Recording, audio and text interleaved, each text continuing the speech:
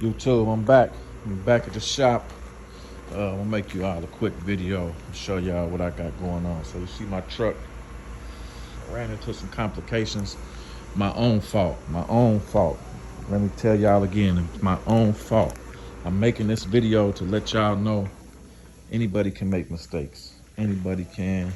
I'm not a real mechanic. I don't do this stuff by trade. I'm a welder, fabricator. I do work on my own stuff. I can work on other people's vehicles if I choose to, but that's not really my thing. So quick rundown of what happened.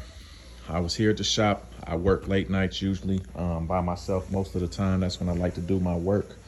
When I'm by myself, I don't like to be bothered. I don't really like to talk to a lot of people. I guess you could say I'm antisocial. I was here working, putting my motor in, got the motor in, tranny, everything, putting it together. I had the tranny on a tranny jack up under the truck, slide my motor and my, meeting my motor and my tranny together.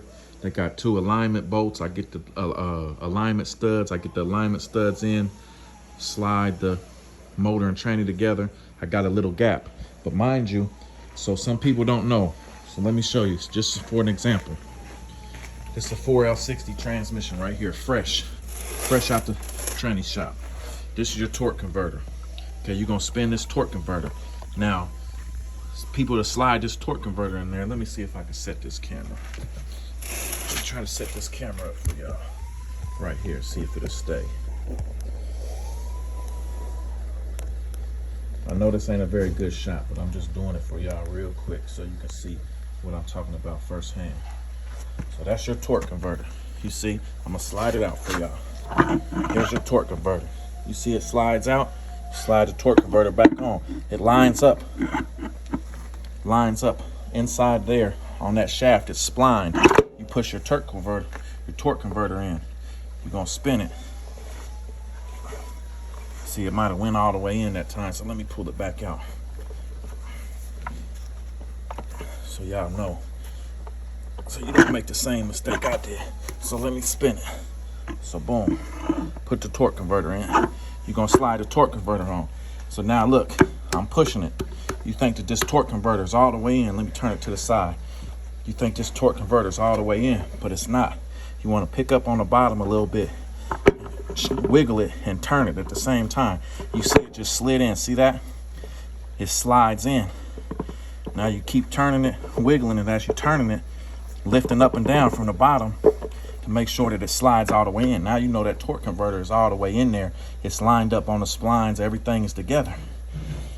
You see the kind of gap you have right here. You're looking at about an inch and a half from the face of the bell housing to your bolt hole here. Okay. Now, I did that, but like I said, show y'all the tranny jack, Harbor Freight tranny jack up under there. It's a little wobbly. These jacks, even this is a brand new one, they're a little wobbly, front to back, side to side. They have adjuster screws on it so you can move the tranny forward, side to side to line your bolts up. They're made for doing a job by yourself. As I was sliding my tranny and my up under the truck, I'm doing everything, like I said, by myself, so I'm trying to meet the two together. The tranny was moving a little bit. I guess the little bit of the tranny rocking back and forth allowed my torque converter to slide out just enough.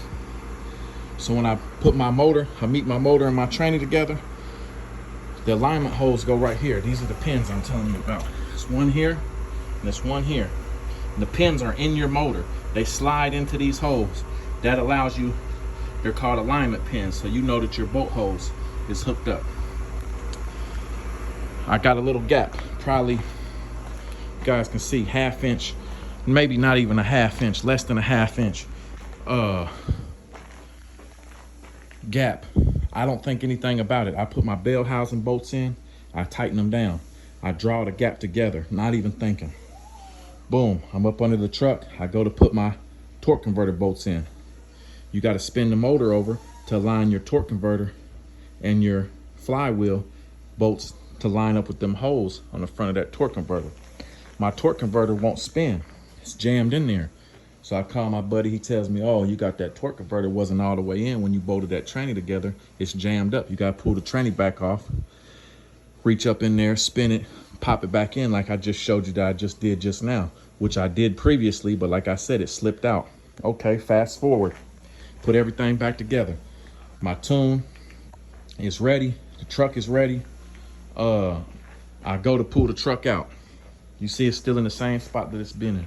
I go to pull the truck out. Everything is done with the truck except for the tune.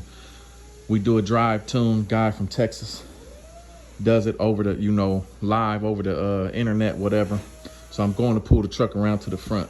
Put the truck in gear, absolutely nothing. Crawl back under it, check the linkage, check the tranny fluid, check my plugs. Everything is hooked up. Keep messing with it. I can't get the truck to do nothing. Come to find out, when I draw that motor together with those bolts and that torque converter wasn't all the way in there, just that little bit of drawing it together, we'll say less than a ½ inch, that pressure broke my front pump on my freaking tranny. So the front pump, let me show you. The front pump is inside of here. So it's behind the torque converter. I'll take this out and show y'all. I'm not a tranny specialist. I had to Google all of this stuff. I know people that own a tranny shop, so hold on, let me set the phone down. Let me show you.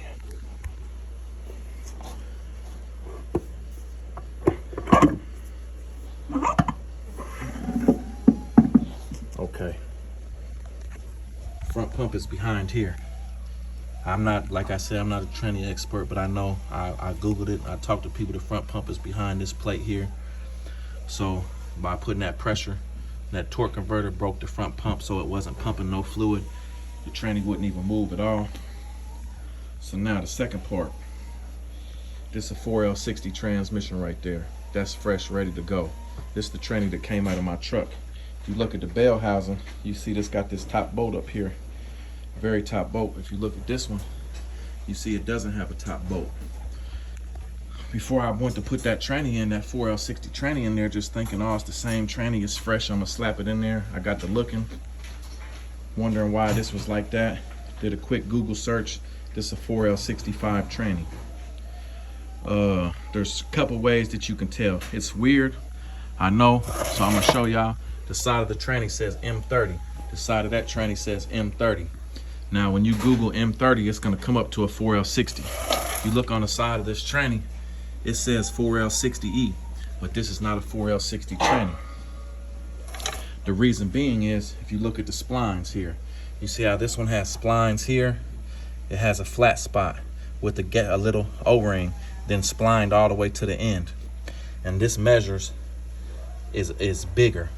The measurement of this is bigger. This torque converter is bigger. This is a 300mm torque converter. This bell housing right here, the length from here to here, you see these bolts right here? This is a removable bell housing. It removes from this section of the tranny. So from here to here, this section is bigger to accommodate this bigger torque converter. Those are the ways you can tell that this is a 4L65 tranny compared to this one. So I'm gonna pull this torque converter and show y'all what the 4L60 looks like. Set the phone down for a second.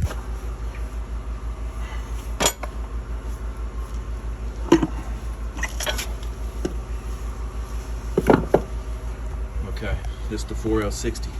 You see, spline, no gap in between, just a little bit of gap, but no flat spot, no O-ring, spline. Here goes your flat spot with your O-ring here.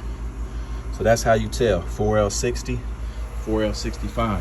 I didn't know that. I watched the YouTube videos, found it out myself. So now I'm having my 4L65. They're gonna put a new front pump in it. And once I get the front pump in there, I'm gonna put it back in there and we'll be ready to go. Also, we bought a CTSV wrecked, the auction, Copart. It was hit hard.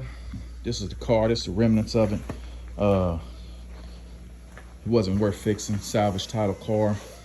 It's hit hard, destroyed the frame, unibody, previous damage, structural damage, somebody fixed it. So we bought it for the motor, tranny, dropout, rear end, cut the top off of it. I got the panoramic roof over there. That'll be going in something whenever somebody wants to buy it. This will be going to the scrap yard. Got the dropout back here. The Dropout is for sale. It comes with motor, tranny, harness, ECU, and pedal, 12,000. It's got 54,000 miles on it. You see, there it goes. 54,000 mile motor. In the wreck, it was wrecked so hard that broke the tab off back here. These are the tabs that hold the tranny mount. So you can buy tranny shop, get this new rear section right here. They sell it. It unbolts. This unbolts, pops off, pop this new section on. It's a new seal in there. You can have that done at any tranny shop. But like I said, that car was hit hard. This is the only damage we found though. Motor is fine. It had snapped the oil cooler line and it broke this. So that was the only problem. But we did start the motor up. You know, of course we couldn't let it run long. We poured a few quarts of oil in there. Started up, made sure the motor sounded good, no knocking, none of that. So, you know, like I said, 54,000 mile Dropout CTSV 2012, 12,000. Okay, let me take you up front. That's that. Like I said, this will be going to the scrap yard. We gotta, we deal with the local scrap yard. They come pick up all our scrap cars, everything. This is the Dropout rear end, rear cradle from the CTSV. Take you up front, show you what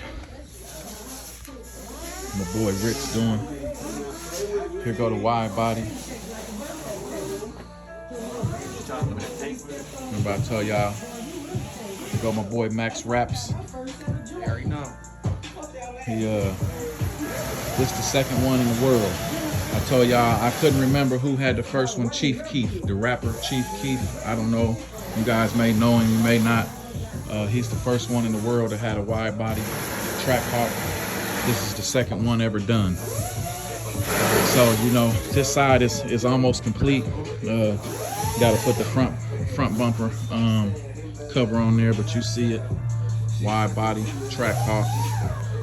The front's already done. They're gonna add the stripes.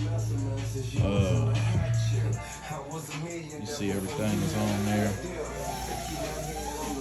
Got to add the back piece back here still.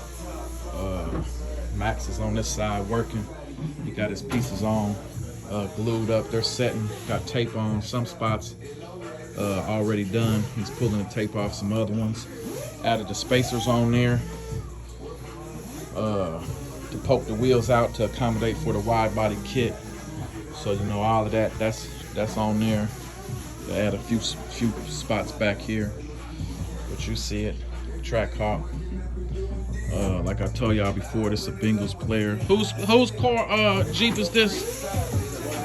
What's his name? Ja'Marr Chase. Ja'Marr Chase from the Cincinnati Bengals. I don't remember people's names, but yeah, this is Ja'Marr Chase. So like I said, second in the world. It's gonna turn out real nice. Rick over here knocking out this crease I showed y'all with the that wrap, mermaid wrap. It's turning out real good. We don't own the rights to the music you guys hear in the background neither. That's the radio. We don't own the rights to any of that music you hear playing. So my boy Rick is knocking this one out. He said he's gonna leave the trim off the side, which I think is a good idea. I think it looks good like that. You still see the trim at the bottom, but take that side moldings off. I think it adds a little pizzazz to it. They almost got this Chevy truck done. Remember I told you it's the other football player from the Bengals. I showed you they did his Trackhawk half purple, half black. So this is the truck. It's almost done. They got to wrap the cab and the tailgate in the back. It's going with the he getting the purple suede. Purple suede headliner with the starlight roof. Cleaning the headliner board up right now, getting it all cleaned up so we can spray the glue on here. I think that's about it. Haven't done no more to the Camaro. He hasn't done any more to the Camaro. Just that one piece I showed you guys. I think they're gonna pull that off of there. This guy's gonna take this car to the body shop and have it all body work. Boomer up here, goofing off. Show y'all this BS. Yeah. So His dad was right here, but the driver he left. That's the Cadillac. That's the CTSV dash seats. He wants to put this dash and interior in his Cutlass T-top Cutlass. That's just the beginning stages. Just test fitting it in there, seeing how it looks, how it's gonna flow. You see the CTSV seats. These are the same seats that's in my truck, minus the suede. The CTSV has the suede inserts. Mine are just the bolstered leather. But it'll look good. That'll look good. Nice little touch. You gotta make sure the train's out there. But yeah, YouTube, that's it. I just want to show y'all, give y'all a quick video of what we got going on. Show y'all that mistake that I made, and I hope that it helps somebody. Not only maybe know the difference between the 4L60 and the 4L65. Like I said, I'm not a training guy by no means. I had to Google search, watch YouTube videos to figure all of this stuff out myself. So, you know, I just wanted to share that information with y'all because I had to search for it and do all of that. I want to share the information with y'all about being careful when you guys are installing your motor and trannies and all of that, because, you know, I caught a lot of grief from my buddies who are mechanics, you know, laughing, joking. You know, it's all love. It's just, you know, laughing and joking, told me, oh, you know, that's a rookie mistake you did. You know, you're supposed to pay attention. These right here are this is a LS 5.3 or just a 5.3 truck motor. These are the sleeves I'm telling you about, the slide, the tranny slides in right there, the alignment. So, you know, I caught a little grief, but it's all right. It's all a part of the game. You know, when you work on these cars, you're always gonna run into problems. Nothing is ever, you know, 100%, but I just wanted to show y'all and tell y'all my truck might be down for another week, maybe. I'm gonna take the tranny and drop it off Monday. Maybe have it back by the weekend and put it all together and get it out of here. So appreciate y'all watching. You know, like, comment, subscribe, share the video. Let me know if you guys have any questions or comments. I appreciate all of the love that you guys give me, and I hope that everyone has a good weekend. Thank you for watching.